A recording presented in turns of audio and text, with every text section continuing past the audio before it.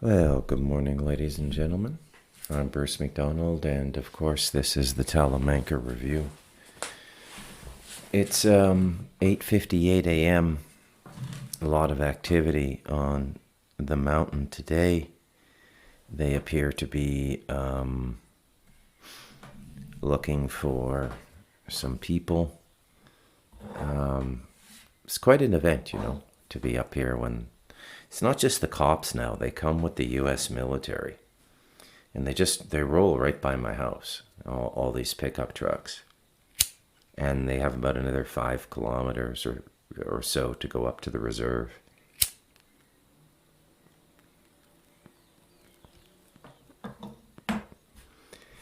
And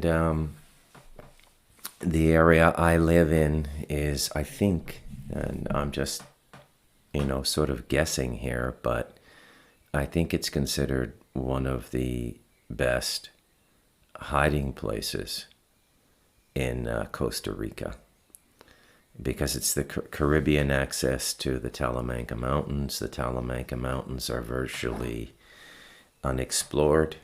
And I mean, they're mapped because we have satellites and everything, but you got to understand those mountains are so dense that if a small plane goes down in there, their chances of finding it are zero.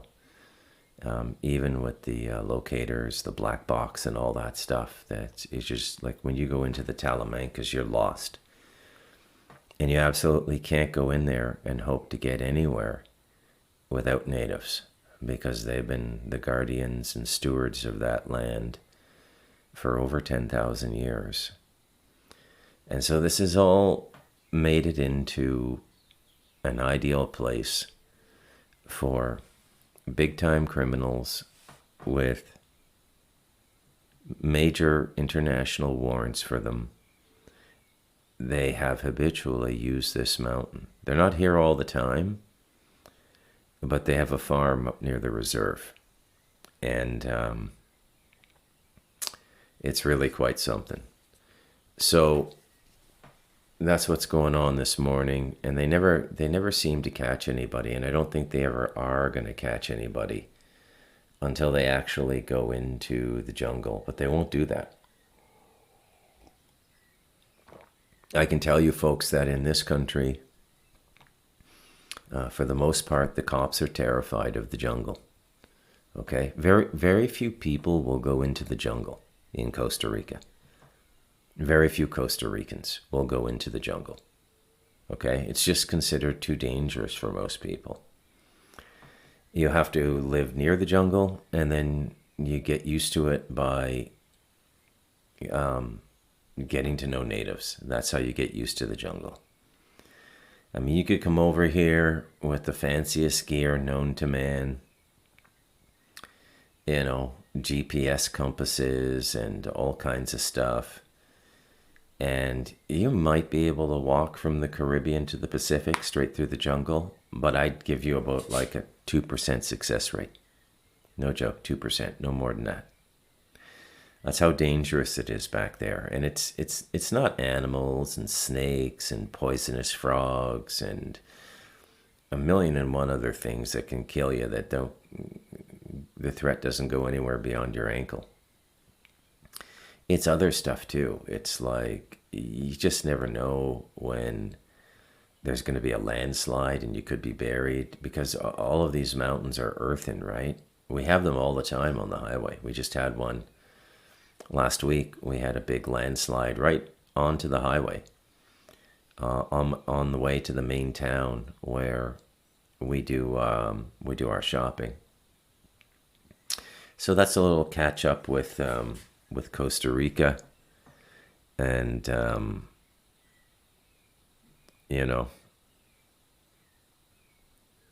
that's my catch up.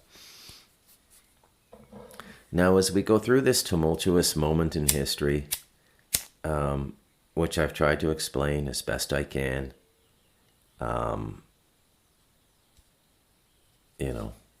there's so many ways people talk about this, so many ways that that people sort of interact with this information and express it, we're going to 5D, we're doing this, we're doing that. And for the most part, it's all a load of bullshit. But at the same time, it's kind of true. It's just the language is really bad. And that might be my only point of contention here, is the language itself. So, first of all, there's no going anywhere. Okay? Let's get that clear right away. There's no going anywhere. Everything they're talking about is already here. We just have too heavy a karmic load. We are too mired in Maya or illusion or ego to see the qualities of what the New Agers are calling the 5D reality. 5D isn't coming here. You're not going to 5D. 5D already exists. 5D has always existed. Okay? Every saint, every sage, every spiritual teacher, from shamanic tradition to Tibetan Buddhism to Christian saints, and certainly to the learned rabbis of Israel and the Hebrew teachings. Everybody has known that these frequencies are here. Okay? Now, what it means when they say that we might be going to something like 5D, what they mean is that the low consciousness that supports 3D and 4D reality is going to get cleared up. So what it means is if you can't get yourself to the perception and frequency of what they're calling 5D, which I would call the lower causal plane. So that means that you have to get all your astral nonsense worked out. And your astral nonsense is where all your ego nonsense is stored. It's the first level after physical. And it forms a significant part of your afterlife review. And then in many instances, it will form a significant part of your afterlife or between life. Okay? There's really no such thing as an afterlife. There's life and then between life, or between bodies. And the between body stage is debt payment. You might have to do a little stint in hell. I know that might sound awful and everything, especially if you were raised as a Christian. But I can tell you that, like most souls on the planet, like 99 out of 100 that die in their no body time, in their between lifetime, they're going to do a stint in hell, and then they're going to do a little bit of a regeneration period in one of the astral heavens, which would, from a human experience, because of the love and the vibration you can access on the positive side of the astral, it would be something like, going to a resort on steroids. And then you recharge, you gain your clarity, you gain the perception of what the causal is telling you, and the causal is telling you what you got to go back in and fix. Okay, what you didn't get right. And it's not an illusion. It's not set up by a demiurge. It's not being run by a bunch of archons. That's all a load of horseshit. Okay? It's all nonsense. Those things exist, the archons and so on and so forth, but they're really not going to bother you that much once you get into serious, persistent spiritual practice. They can't touch you. Okay? It's like if you shower 3 times a day, you're going to smell good. Okay? The bad smell cannot emanate from your body because the cause of the bad smell is being corrected 3 times daily. You're washing your whole body, you're using a scented soap, then you're putting on some kind of cologne and deodorant and maybe some body talc or body spray. You smell good, right? Well, spiritual hygiene is how you stay in the feel-good zone. It's how you stay in elevated consciousness. Okay? And it never ends. No matter what anybody tells you, it never really ends. One, you're in a body, you have to practice your whole life. There's no way around it, okay? It never ends. So what you're trying to do is you're trying to get through all of your wounds. You're trying to deal with all of your emotional wounds. You're trying to be a medic. You're trying to patch yourself up. You're trying to get these things healed. You're trying to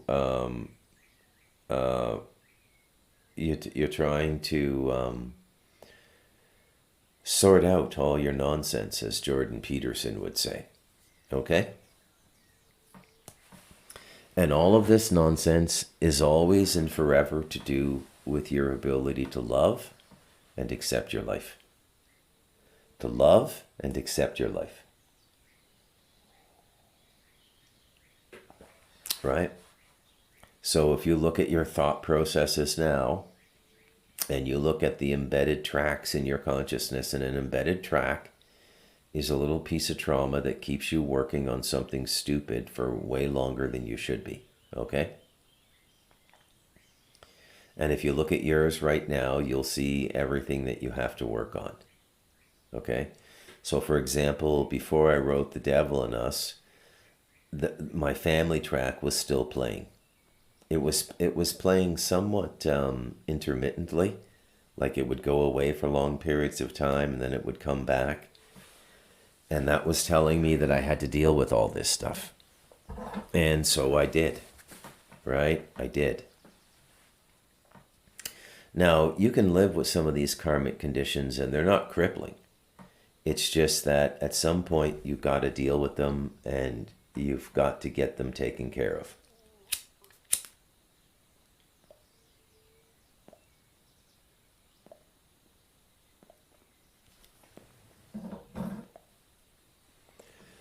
So how do you do that, some people might ask?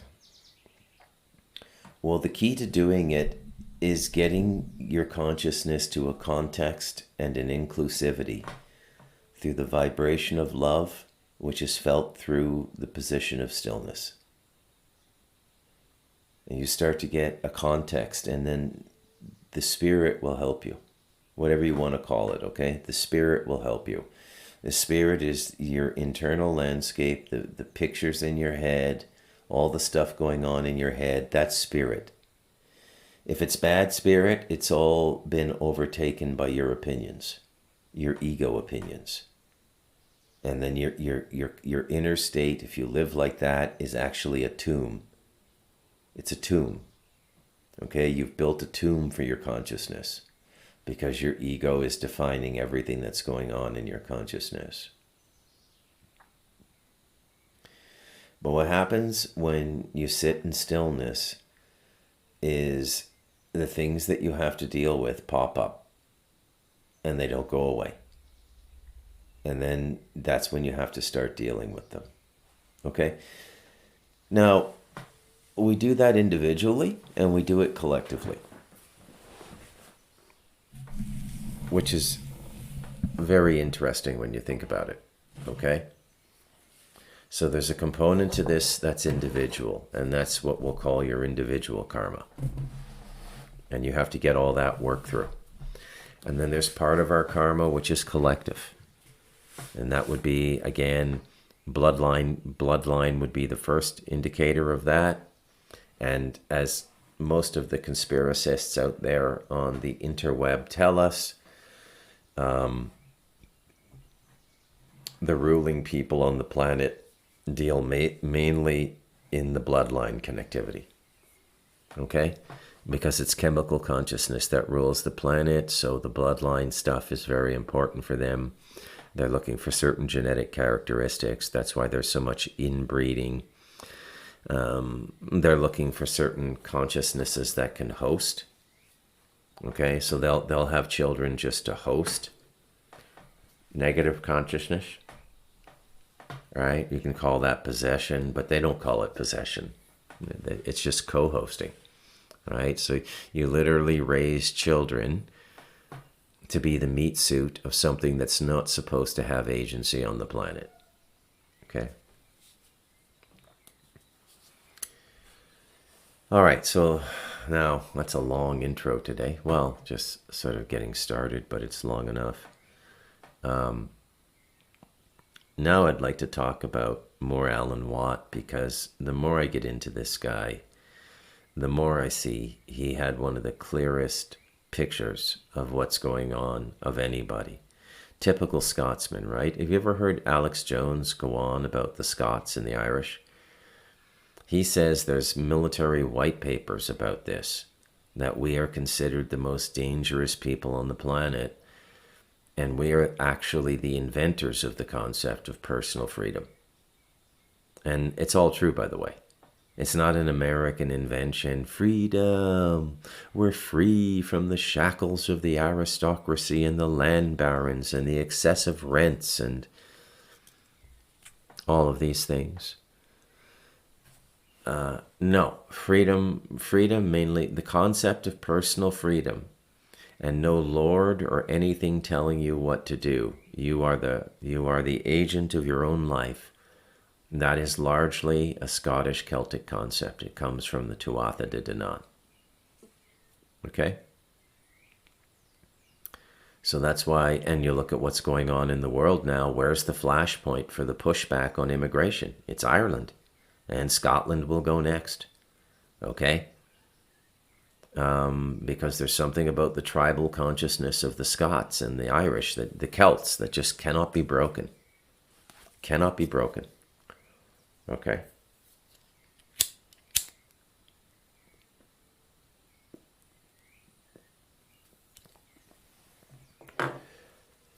And if you have this consciousness and this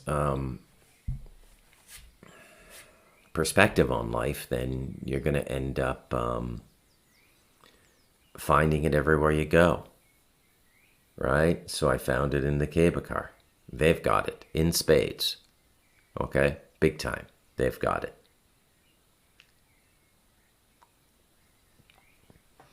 So Alan Watt had it big time. Okay? Big time, actually. Alan Watt really had it. He was, I think, one of the main guys, actually. Okay. Where are we going to go?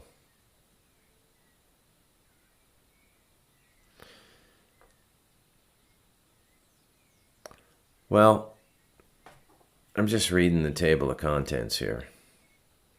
And I have to say that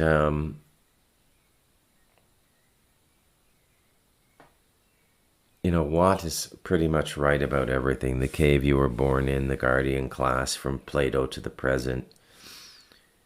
The architecture of control is money, the Round Table, the Royal Institute, Council on Foreign Relations, 1,000 think tanks, Club of Rome, Bilderberg, the UN system. We're the most overgoverned people in the world.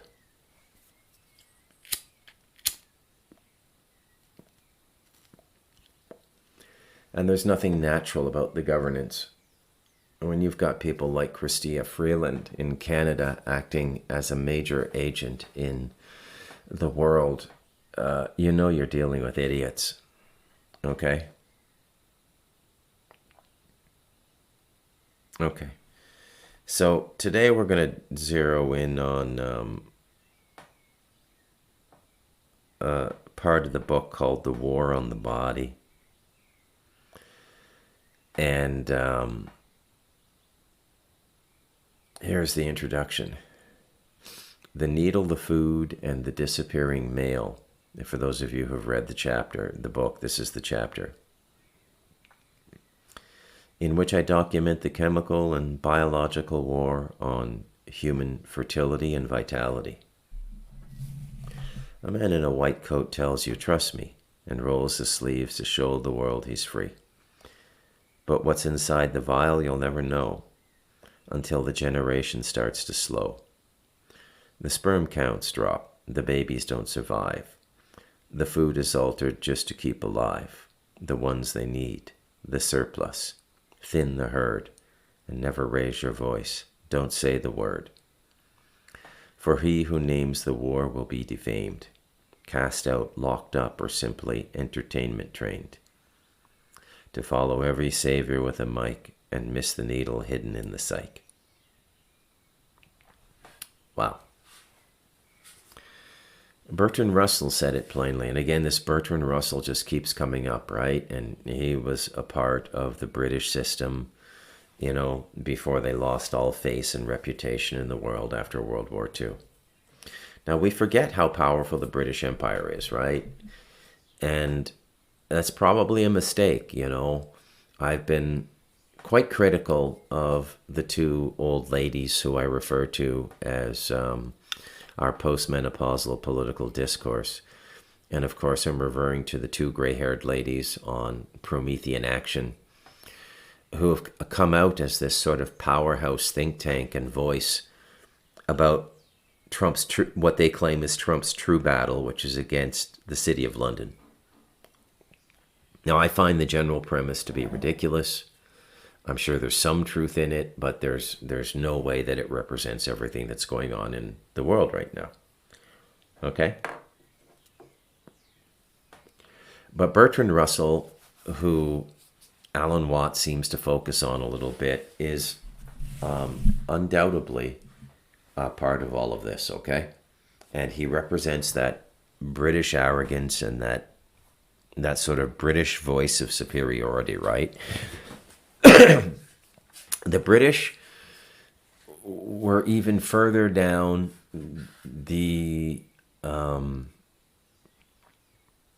atheist worldview than anybody else. In fact, atheism as a formal ideology was probably birthed in the UK with people like Richard Dawkins and Christopher Hitchens and Bertrand Russell, to be on it, okay? So England attempted to be the first post-God country. Science and rationality. And again, this is a topic that I often talk about on the Talamanca Review, right? The moment a culture stops talking about its mythology, they're finished. Okay? They're finished.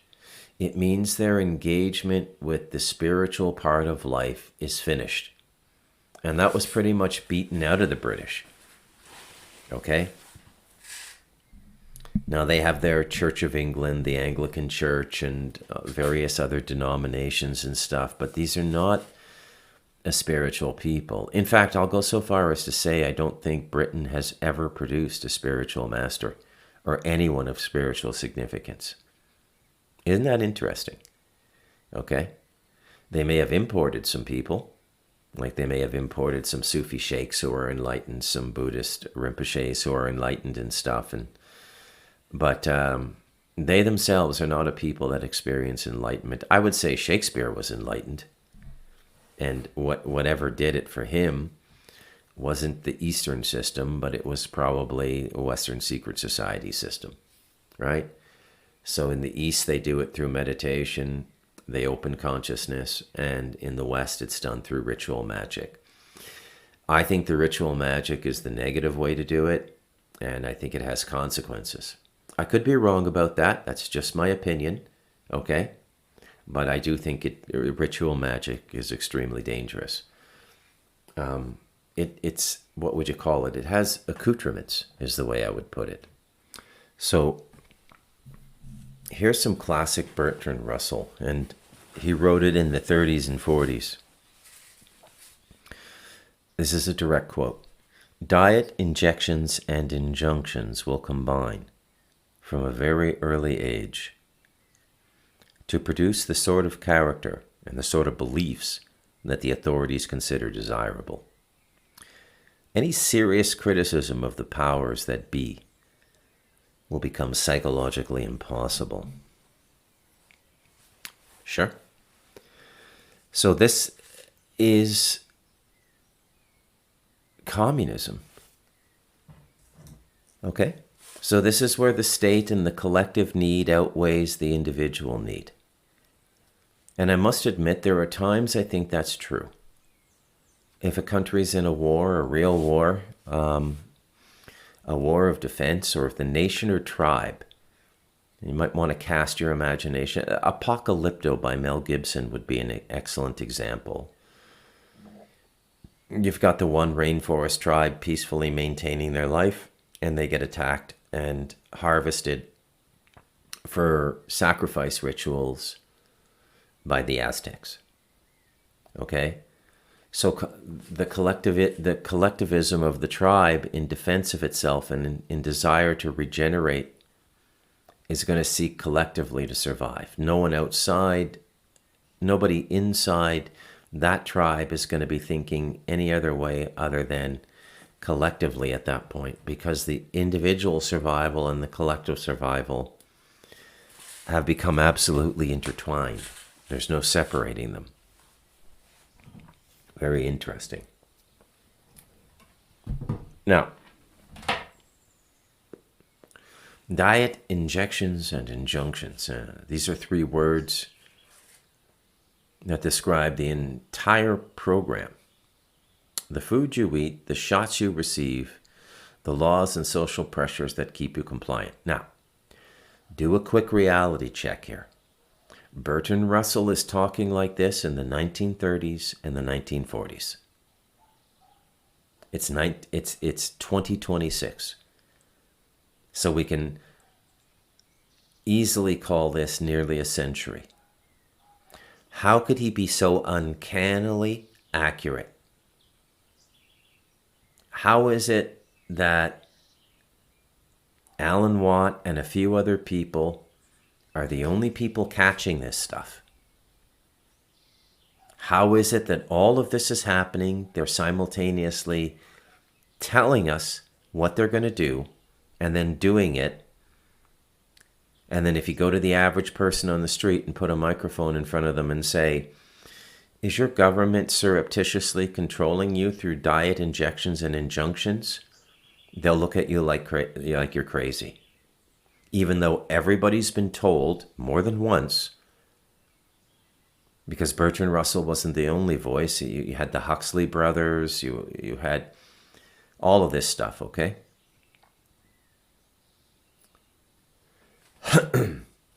So if they tell you and you don't listen, where does the liability lie?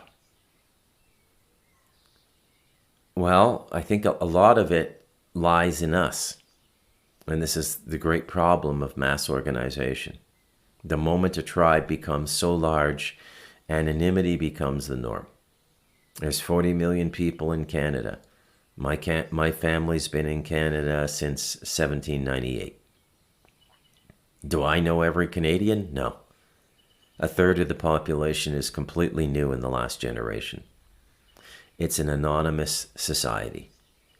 The moment an anonymity comes in, the means of control is always mechanistic, and it's always systems theory.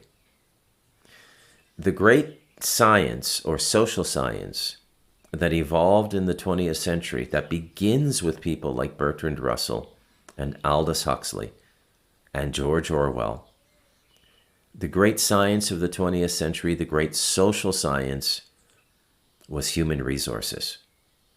And nobody pays attention to it. It's not in anybody's conspiracy matrix. Nobody's talking about it. But if you were to look into the history of human resources, how to organize people and companies, how to make them feel good, how to make them feel like they belong, how to meet the most basic aspects of their human nature so they feel satisfied, it's all been documented. It's all documented as clearly as what Bertrand Russell was saying in the 30s and 40s. Now, human resources is understudied because as a social science, it has its genesis in France in the 20th century. Not many people know that. And this aspect of the control mechanism has been off the table because it was embedded in French culture. Makes sense when you think about it, right? The French have always been involved in this philosophically and socially. We get, the great social theorists and the great, left right, black white pair off in Hobbes and Rousseau, the foundation of sociology and social science, with Hobbes being the Englishman, saying that man has to be basically shackled and controlled. Okay? And Jean-Jacques Rousseau saying, no, human beings are at their best when they're given their freedom. And this has been the fundamental underpinning of the social sciences ever since. Okay? Of which the sneakiest and most impactful for the expansion of systems theory has been human resources. And I've said this before, but I'll repeat myself. When you think about it from the laws of the English language, only an extraterrestrial could use the expression human resource correctly. Right? It's ultimate objectification of us. Human resource. Okay? Gold is a resource. Wood is a resource. Water is a resource. Oil is a resource. So categorizing human beings as a resource, now I get it. I'm not going to be obtuse here. I get why it has to be factored into economic equations. I get the math of it. But I want you to consider the fact that for nearly a century now, we have entrained a series of managers in the human experience to believe that other human beings are a commodity, a resource. Okay? And that's certainly how they're thought of at times like this, times of war. Certainly how they're thought of.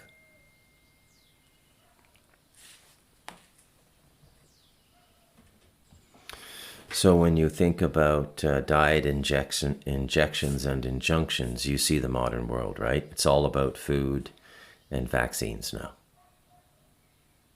Now, how could Bertrand Russell have known that and stated it so clearly? Look, again, now brand this into your consciousness, okay? It's been my experience, and you can say this to your friends and family when you're trying to convey what I'm conveying to you. You can say this to your friends and family. It's been my experience that things done with intent are intentional. Okay, so this has all been done by intent. The world we're living in now, the Justin Trudeau, Donald Trump, get the vaccine world, was foreshadowed perfectly a century ago by Bertrand Russell. How's that possible? How could he have that level of specificity, diet, injections, and injunctions? Well, because things done with intent are intentional. Food you eat, the shots you receive, the laws and social pressures that keep you compliant. Look at the law now. Look at the law in Canada. Look at this suite of laws. There's 3 bills now, C8, C9, and do you know that in Canada now they're talking about ID to get online?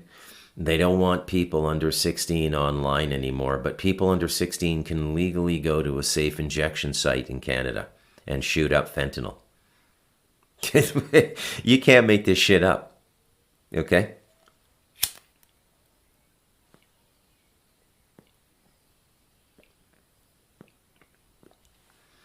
Now, back in the day when Bertrand Russell was talking, you could talk about this stuff and people would just think, oh, radical thinker, British Garden afternoon tea, radical thinker. Oh, that Bertrand is very stimulating. We've been invited to a dinner in which Bertrand Russell will be there, honey. Shall we go? Yes, have the butler press my tuxedo. We're going to go. And just the way we go and listen to idiots now, like Lady Gaga and all of these crazy people that are public figures in our society now, when they first come into our space, they come in as a kind of,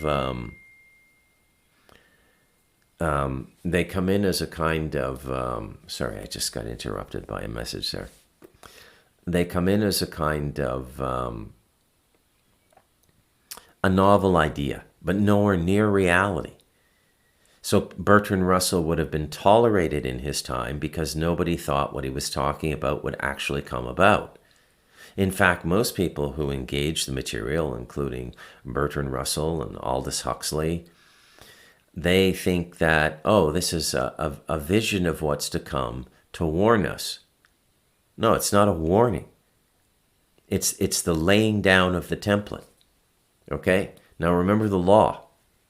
And the law is cosmic, meaning that it has a resonance outside of just physical human consciousness. If something is put in front of you and you do not dissent, you do not say, I do not agree with that, you are presumed to agree. Okay? Now, this is why withdrawing yourself from the system to the greatest degree that you can, reasonably, don't tip the canoe.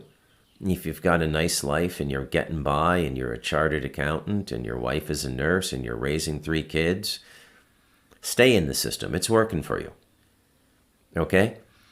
But listen to me when I tell you there's going to come a time when you're going to have to withdraw from the system. You're going to have to withdraw. You're going to have to become an exile. Because the system, remember, going back to systems theory, human resources, the system is going to attempt to achieve a level of efficiency where even a fraction of a percentage point of non-compliance will make you criminal. And compliance will kill you. So there's no way to go. If you comply with them, you're forfeiting your life because they're going to kill you. If you don't comply with them, they might arrest you and throw you in jail. We're at that door now. We're there now. It's happening in Canada. Okay? They're committing people to psych wards in Canada now. Remember, Donald Trump was talking about bringing back the asylums? Okay? Now, if you want to know where this is coming from, look at the pockets of thinking and expression in your society that speak in absolutes. This must happen. But look at those people. Okay? Because that's where it's coming from. It's coming from your Mark Levins. It's coming from the Jewish lobby. AI is a Jewish invention largely. And what is the underpinning? What is the sentiment of that desire to create something like that? I'm going to show you. I'm going to prove you're wrong. And when I do, you must comply with what I'm saying. You must. I have control over your actions like you're a puppet. And if we can't control you, we're going to sedate you, as Yuval Noah Harari says. We'll dope you up and let you play video games all day, which, by the way, has been quite effective with Gen Z. Okay? I did not know the degree to which gaming was a part of this culture till my son came up here. I mean, these motherfuckers can game for 3 days straight. I'm not joking. Okay? So that's Yuval Noah Harari's position. There's nobody really in the game anymore. All contrarian voices have been marginalized now. They were allowed in the 70s, the 80s, the 90s, and they started to get taken out in the 2000s. It started with 9/11. It was absolute, you could not criticize that. And by the way, that's the first time we got the us and them speech. And at that time, it was from George Bush Jr. Now we're getting it from bullshit Jewish media personalities like Laura Loomer and Mark Levin. You're either with, and who's us? Why are 2 Jewish Americans defining themselves as the American experience and saying that if you're not with us, you're against us? There's no neutrality here. Remember, so it's the absolutists. Those are the people, as soon as you see somebody speaking in an absolutism that way, unless it really is a circumstance that calls for it. I mean, if you're in the middle of the Palisades fire a couple years ago in California, and you can see the black smoke everywhere, and you're breathing it, and you can feel the heat of the flames even a couple kilometers away, and there's a fire marshal saying, gather up your pets and clear out, I would sort of accept that absolutism because you can see it. But where you can't see it, that's where the negative comes in. That's where the people like the Levins and the Loomers and the brainwashed Jewish drones come in. And that's all they are. They're just Jewish drones. They're drones. Okay? You have to do this. You're with us or you're against us. Fuck you, Mark Levin. Fuck you, Laura Loomer. I'm not with you. Okay? And if you truly believe it that much, why haven't they sent their own families back to Israel to fight? It's a bunch of bullshit. Okay? So the outcome of this world, according to Alan Watt, and, going off of people like Bertrand Russell, it's not just obedience, but the inability to conceive of disobedience. Okay, so it's all taking place at the level of consciousness now. And this ties into all the stuff they got into after World War II.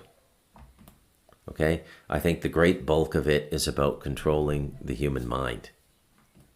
That's the technology that interested them the most. And whether that technology was given to them by extraterrestrials or not, interdimensionals, who knows? I don't think the demons would do it because the demons have a divine role to play. And they wouldn't imbalance things in this way. Stop blaming the demons. Don't be a dumb Catholic. So it's not just conformity. It's the psychological impossibility of questioning authority. That's what was planned. Not working out completely well for them. There's still people like me writing books. There's still lots of people out there. But I don't know how they're going to deal with that. I don't know if this is the stopping point where we turn them back or they're going to come up with something even more diabolical. Who knows? Right?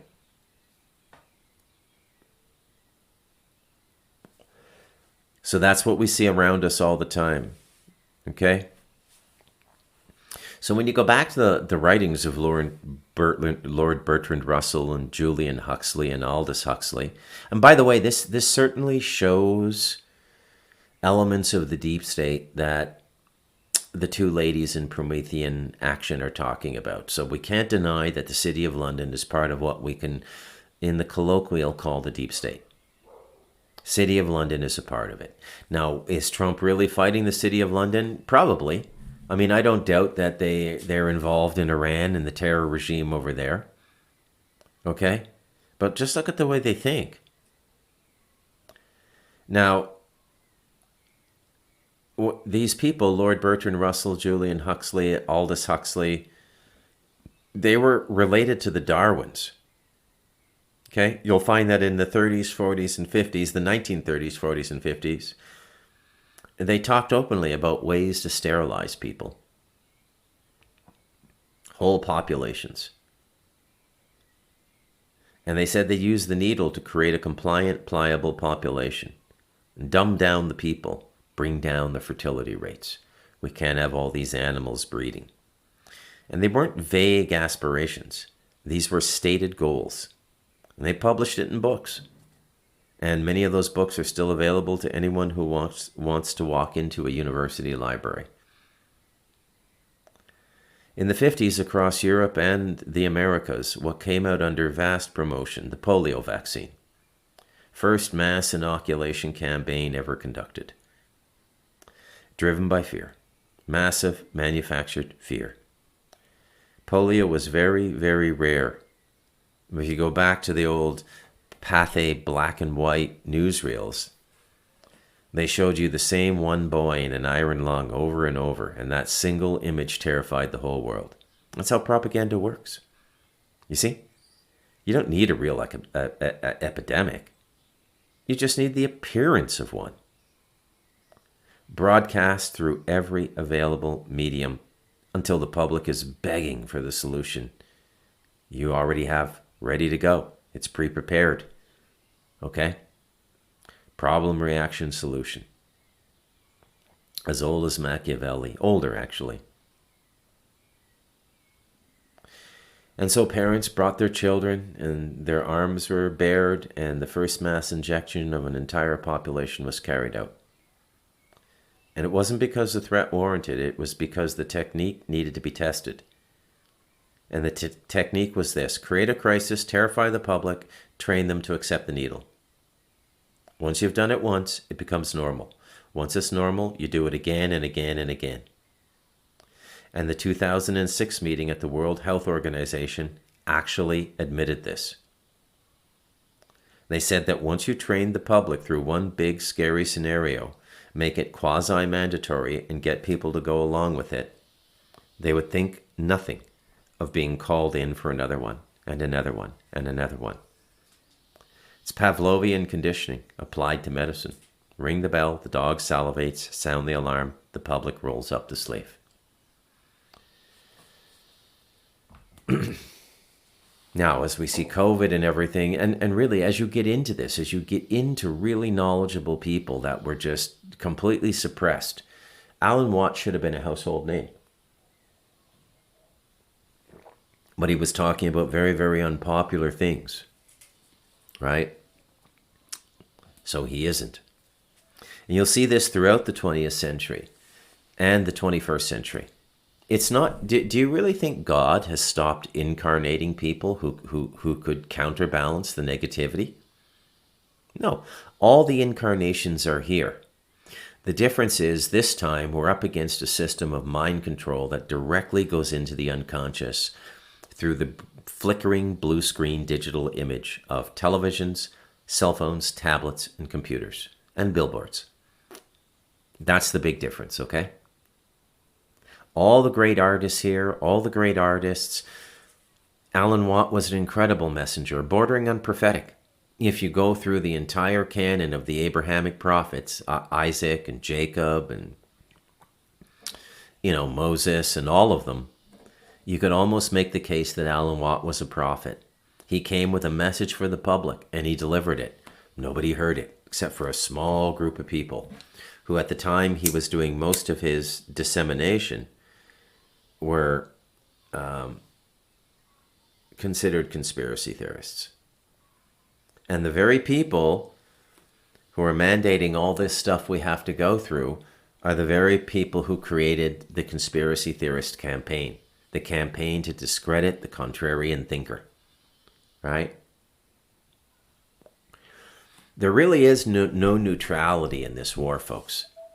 You have to see it or not.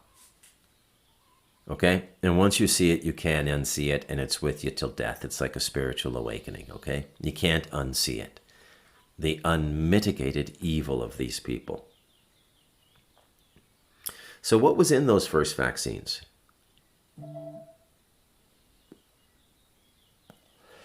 So the first polio vaccinations carried approximately 100 live simian viruses. Okay, simian means related to the world of apes. Simian. They'd used monkey kidneys to cultivate the vaccine, and the viruses came along for the ride. Simian 40, SV40 had one function, according to the discoverer of the vaccine himself, to cause cancer. This is what Jack Kruse goes on and on about. This is why we have such high rates of cancer now. Do you know that before the end of World War II, cancer was so rare, statistics were not kept on it? I mean, getting cancer was like getting Lou Gehrig's disease or lupus. Nobody got it. And if someone got it, it was like the inverse of winning the logic, a lottery. The inverse of, so the winning the lottery would be the 1 in 10 million good luck, and getting cancer would be the 1 in 10 million bad luck. That's how rare cancer was. Now you got to ask yourself, why is cancer proliferated to the point where statistically 1 out of every 2 people will get it? Why? What has changed? Well, here it is right here. It's the SV40. And I highly recommend you go and you listen to a lot more Jack Kruse. Okay? And here we are generations later, cancer rates that have nothing to do, that have done nothing but climb since the 1950s. and match almost exactly the spread of mass vaccination programs. Okay? Now, most people, when they talk about vaccines, they go to autism. Not many people talk about the cancer. Alan Watt knew about it. And remember, he was writing 25 years before Dr. Jack Kruse. Okay? So is it a coincidence, the cancer rates and the vaccine? No. No. It's a program. We had an incident in Canada where there was contaminated blood. I forget, it happened a couple decades ago. And the contaminated blood supply in Canada was another chapter of the same story. Thousands of hemophiliacs and others were given blood products contaminated with HIV and hepatitis C. And when pressured, the official from Connaught Laboratories, one of the companies involved, more or less shrugged and said something to the effect, it's business. It's business. Thousands of people given death sentences through their medical treatment, and the response is that it's business. And that tells you everything about the mindset we're dealing with. These people don't see you as a fellow human being. They see you as a human resource, a resource to be managed and, when necessary, disposed of. They don't give a shit about you. Their psychosis should be on full display now. Full display. And there's no good guys out there, okay? If you think Elon Musk is one of the good guys, you're fucking crazy. They're all nuts, all of them. Okay?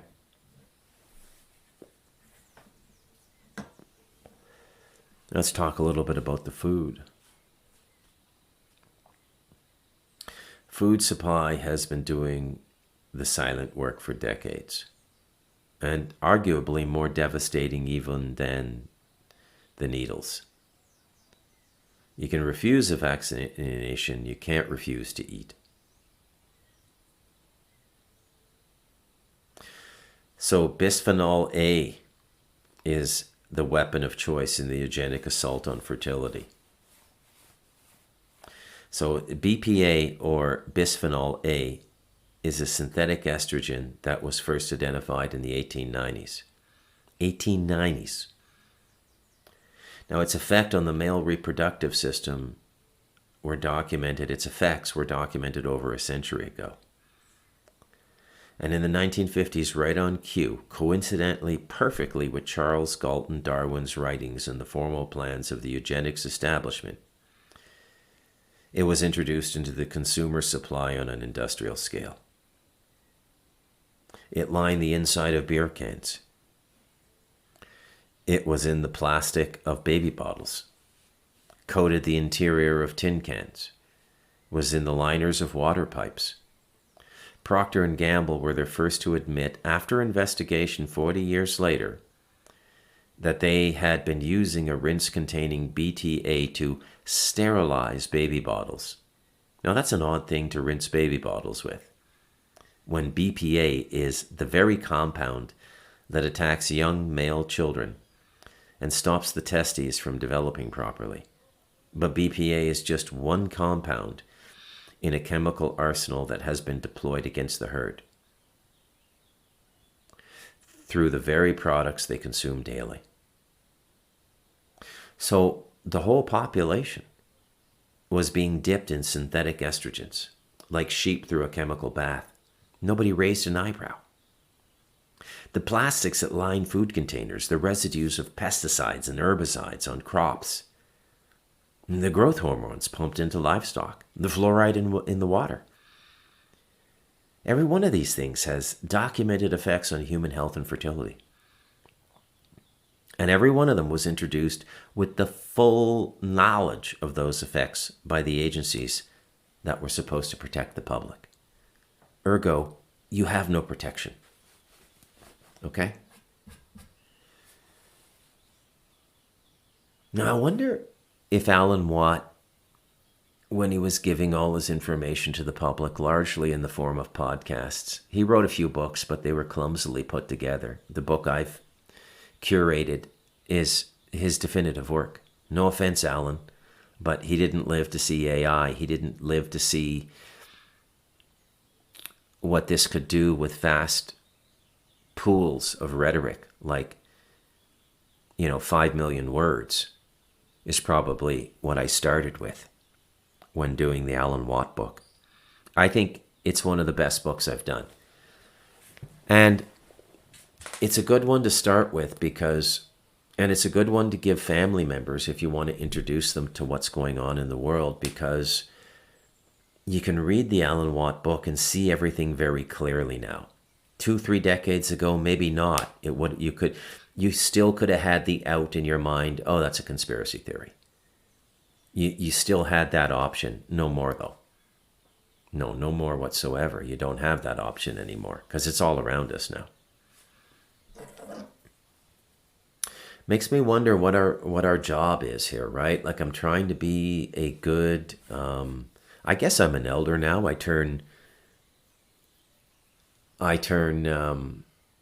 60 in like July 12th. So it's June 14th. So it's pretty close, 28, 29 days away. I think 28 days away, one lunar cycle away. So I'm trying to give good counsel here, and I'm trying to, because there has to be a generational intercept of this information. We have to get through. And again, my God, every time I do this, I just get hammered by people sending me messages. But you baby boomers just want to sleep your way to the end of your life. You're not doing anything.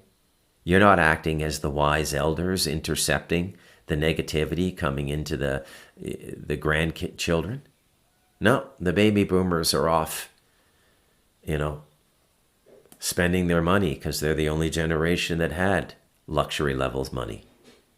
They're not interested. They don't want to fight the war. Why do they want to fight the war? They're the new aristocracy. So as a Gen Xer, I feel very, very connected to this mission. Very, very connected to it. And it has to be done.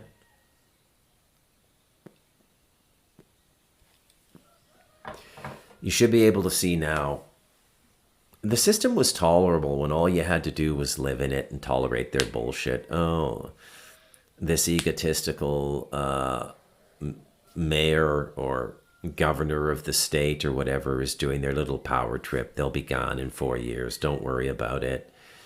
We had all of those ways of just sort of getting out of it. Not anymore. And they weren't trying to overtly kill us. They were just setting up the kill back then, which was very, very different, right? Now, hands down, the thing that is the clearest sign you'll ever get that your civilization is nearing collapse is when it starts to tinker with genetics. Okay? And we are not the first society to get to this point. As has been spoken about numerous times on the Talamanca Review, I don't know exactly how many times a great technological rising has happened on the planet. I will mention that the leader of the Falun Gong movement, which is a very time-centered spiritual teaching, so it's very causal. It transcends the astral, it's causal. He says it's happened 87 times. I believe Atlantis happened. I believe the flood happened. These things, by the way, are not done by God. They're very often done by powerful negative agencies cohabitating on this planet with us. Okay? We're not alone here. And I'm not talking about fucking Steven Spielberg's Disclosure either. And thank Christ that's getting ragged by the reviewers. Right? Yeah. So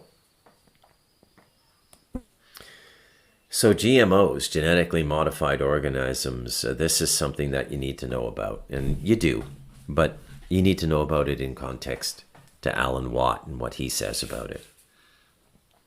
So when you modify the genes of a plant, you're not just making it resist a particular pesticide. You're changing its fundamental nature. Studies have been done, the ones that get funded at any rate, show effects on the reproductive systems of animals fed on GMO crops. Rats fed GMO corn showed structural changes in their organs within a single generation. By the third generation, the effects on fertility were dramatic. But here again, where's the crisis? Where are the emergency committees? There are none. Because the GMO crops are produced by the same corporations. Monsanto, now absorbed into Bayer, the spiritual, if not literal, descendant of the old IG Farben Combine, that sit on the advisory boards of the very agencies tasked with regulating them. It's a farce. So the fox doesn't just guard the hen house, he built the hen house.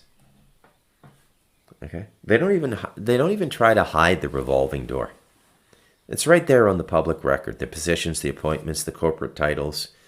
They publish it quite openly, as though it's perfectly normal, because they know we're not paying attention. They know we're jacking off and playing video games or gossiping. Okay? Now, we as a human race have to accept part of the failure here by allowing ourselves to be made comatose through pleasure. Okay? And this is where Aldous Huxley comes in, Brave New World. We've been made comatose through pleasure. Now, see the sequence. See the connection between Bertrand Russell and Aldous Huxley, and map them directly to Yuval Noah Harari, the Jewish Catamite who is close to Klaus Schwab and a de facto spokesperson for the WEF. Again, that perennial, perpetual Jewish Catamite in power now. Yeah, Jewish men who like to get railed in the ass. That's who's running the world now. I know, I keep saying this and I sound like a racist redneck, but it's just the truth. It's not racist. It just, notice the pattern and ask yourself, why does this pattern exist? Is it, and in the emerging Orthodox Judaism led by Chabad and other rabbinical orders, they don't have a whole lot of tolerance for this homosexuality either. Don't kid yourself. Okay? You think they're more tolerant of this behavior than the mullahs? No, not really. But here we have the age of the Jewish Catamite. Right? Sam Altman, Peter Thiel, Alex Krass, Mark Zuckerberg. Yeah, he's married to a Chinese chick and everything, but I think he likes to get railed in the ass too. I've read some stuff. Yeah. Punish me, Daddy, punish me. So there's kind of a revolving door. Here's an example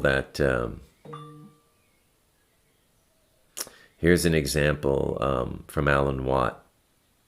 Michael Taylor, who served as a senior policy advisor at the FDA, went to work for Monsanto as their vice president for public policy.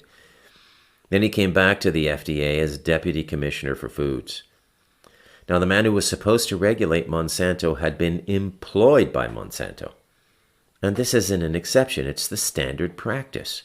The executives move from corporation to the regulatory agency and back again. Financial world is the same thing, folks.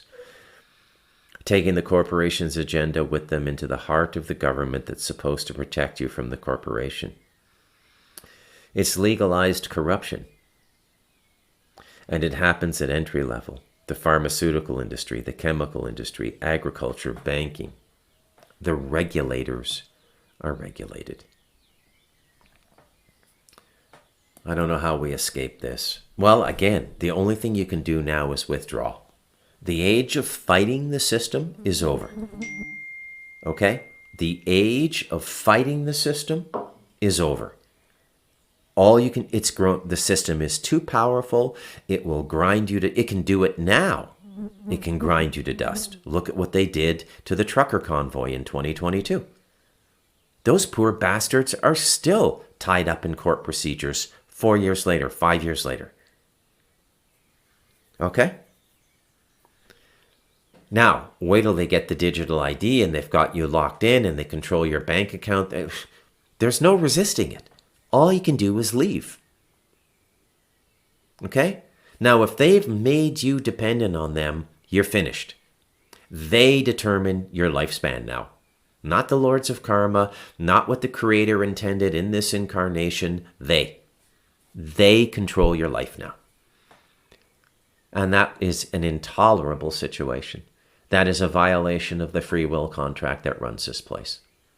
It's unacceptable in every possible way.